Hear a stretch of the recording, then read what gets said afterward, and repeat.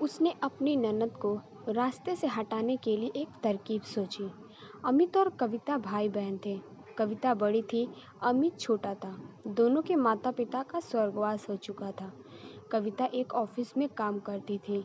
उसका भाई अमित कॉलेज में पढ़ता था।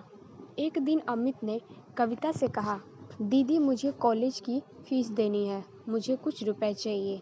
कविता ने कहा, अभी तो मेरे पास पैसे नहीं हैं, कल तक मैं तुझे पैसे दे दूंगी। कविता ऑफिस से एडवांस मांगकर अमित को पैसे दे देती है।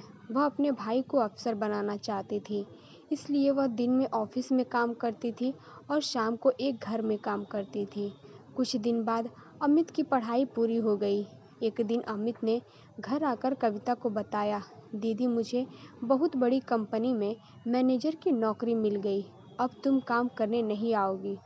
यह कहकर वह जिद करने लगा। हार कर कविता मान गई और उसने काम करना छोड़ दिया। अब वह केवल घर संभालती थी। ऐसे ही समय बीतता रहा था। एक दिन अमित ने कहा, दीदी मैंने कुछ रुपए जोड़ लिए हैं, अब मैं आपकी शादी कराना चाहता हूँ। यह सुनकर कविता ने कहा, नहीं भाई, पहले मैं तेरी शादी करूँगी, जब घर संभालने वाली आ जाएगी तो मैं भी शादी कर लूँगी। कविता ने एक अच्छी सी लड़की देखकर अमित की शादी करा दी। अलका को भाभी के रूप में पाकर कविता बहुत खुश हो रही थी। धीरे धीरे अलका ने पूरा घर संभाल लिया। तीनों बहुत खुशी से रह रहे थे। एक दिन अलका की माँ अलका से मिलने आई। उन्हें कविता शुरू से ही पसंद नहीं थी। मौका पाकर उसने अलका से कहा, तेरी ननद शादी नहीं करना चाहती है, यह तो जीवन भर तेरे पति की कमाई पर ऐश करना चाहती है, तू बहुत सीधी है। यह सुनकर अलका ने कहा, माँ तुम बेकार की बातें कर रही हो, अमित इनके लिए लड़का देख रहे हैं, जैसे ही मिल जाएगा शादी हो जाएगी।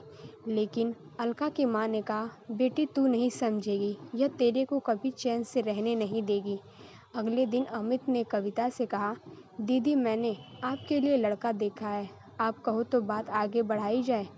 लेकिन कविता ने कहा, नहीं भाई, मैं अभी शादी नहीं करना चाहती, जब करनी होगी आपको बता दूंगी। यह सुनकर अमित और अलका को आश्चर्य हुआ। अलका के दिमाग में माँ की बातें गूंजने लगी। उसके बाद अलका का व्यवहार कविता के लिए बदल गया। वह अमित को सामने कुछ नहीं कहती, लेकिन अमित के जाने के बाद कविता से छोटी छोटी बात पर लड़ती रहती। एक दिन कविता कहीं गई थी। अकेले में अलका ने अमित से कहा, दीदी शादी क्यों नहीं करना चाहती, कहीं ऐसा तो नहीं तुम्हारी बहन हमेशा हमारे ऊपर बोझ बनकर बैठी रहे। यह सुनकर अमित को बहुत गुस्सा आया। उसने कहा, खबरदार मेरी दीदी के बारे में कुछ कहा तो वे जो चाहेंगी वही होगा। तुम्हें पता उन्होंने अपना पूरा जीवन मुझे बड़ा आदमी बनाने में लगा दिया। अलका को समझ आ गया कि अमित उसकी बात कभी नहीं सुनेगा। उसने अपनी ननद को रास्ते से हटाने के लिए एक तरकीब सोची। एक दिन अलका ने कविता से कहा, दीदी काफ़ी दिनों से मैं कहीं बाहर नहीं गई हूँ, कल हम मंदिर चले। यह सुनकर कविता बहुत खुश हुई। अगले दिन दोनों मंदिर में पहुँच जाती हैं। मंदिर में पूजा करने के बाद अलका कविता को प्रसाद देती है। उसने प्रसाद में कुछ मिला रखा था। प्रसाद खाकर कविता बेहोश हो जाती है। अलका उसे छोड़कर घर वापस आ जाती है। उसे लगता है जहर मिले प्रसाद से कुछ देर में कविता मर जाएगी। कुछ देर बाद कविता को होश आता है, लेकिन वह अपनी पिछली जिंदगी भूल गई। वह मंदिर में बैठकर रोने लगती है। शाम को जब अमित घर वापस आकर अलका से कविता के बारे में पूछता है तो अलका कहती है, दीदी तीर्थ यात्रा पर गई है, कुछ दिनों में वापस आ जाएंगी। तब अमित कहता है, दीदी मुझे बगैर बताए अचानक कैसे चली गई। वह परेशान हो जाता है, लेकिन अलका उसे समझाकर शांत कर देती है। इधर कविता को उसी मंदिर के पुजारी मंदिर में स्थान दे देते हैं। वह दिन रात मंदिर में सेवा करने लगती है। मंदिर के सभी भक्त और पुजारी कविता का बहुत ध्यान रखते थे। ऐसे ही समय बीतता रहा था, लेकिन कविता को पिछला कुछ याद नहीं आ रहा था। काफ़ी दिन बीत जाने पर अमित कविता को ढूंढने निकल गया। वह कविता को ढूंढता रहा, लेकिन कविता कहीं नहीं मिली। एक दिन वह थक कर उसी मंदिर में एक पेड़ के नीचे बैठा था। तभी वहाँ कविता आई। उसने कहा, भैया मंदिर में भंडारा शुरू हो रहा है, आप भी बैठकर भोजन कर लीजिए। कविता की आवाज़ सुनकर अमित चौंक गया। कविता को देखकर वह रोने लगा।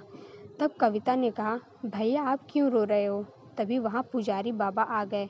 उन्होंने अमित से पूछा तो अमित कविता के बारे में बताया। पुजारी बाबा ने कहा, यह लड़की यहाँ बेहोश मिली थी।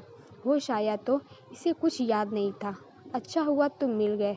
इसे अपने घर ले जाओ। भगवान ने चाहा तो वहाँ जाकर इसकी याददाश्त वापस आ जाएगी। अमित ने कविता को चलने के लिए कहा तो वह रोने लगी और जाने से मना कर दिया। लेकिन अमित जिद कर रहा था। तब कविता ने कहा, भाई मुझे सब कुछ याद है, लेकिन मैंने जानबूझकर नाटक किया ताकि तुम और भाभी मेरे बिना खुश रह सको। भाभी को मेरे घर में रहना पसंद नहीं, इसलिए अब मैं उस घर में नहीं जाना चाहती। यह सुनकर अमित रोने लगा और कविता से बोला, दीदी अगर आप घर नहीं चलोगी तो मैं भी यहीं रहूँगा। उसकी बातें सुनकर कविता घर आने के लिए तैयार हो गई, लेकिन उसने अमित से कहा, मेरी एक शर्त है, तुम भाभी पर गुस्सा नहीं करोगे। अमित मान गया और कविता को लेकर घर आ गया। कविता को देखकर अलका सहम गई। वह रोने लगी और उसने अमित और कविता से माफ़ी मांगी। कविता के कहने पर अमित ने उसे माफ़ कर दिया। कुछ दिन बाद कविता ने शादी कर ली और अपने ससुराल विदा हो गई। Thanks for watching.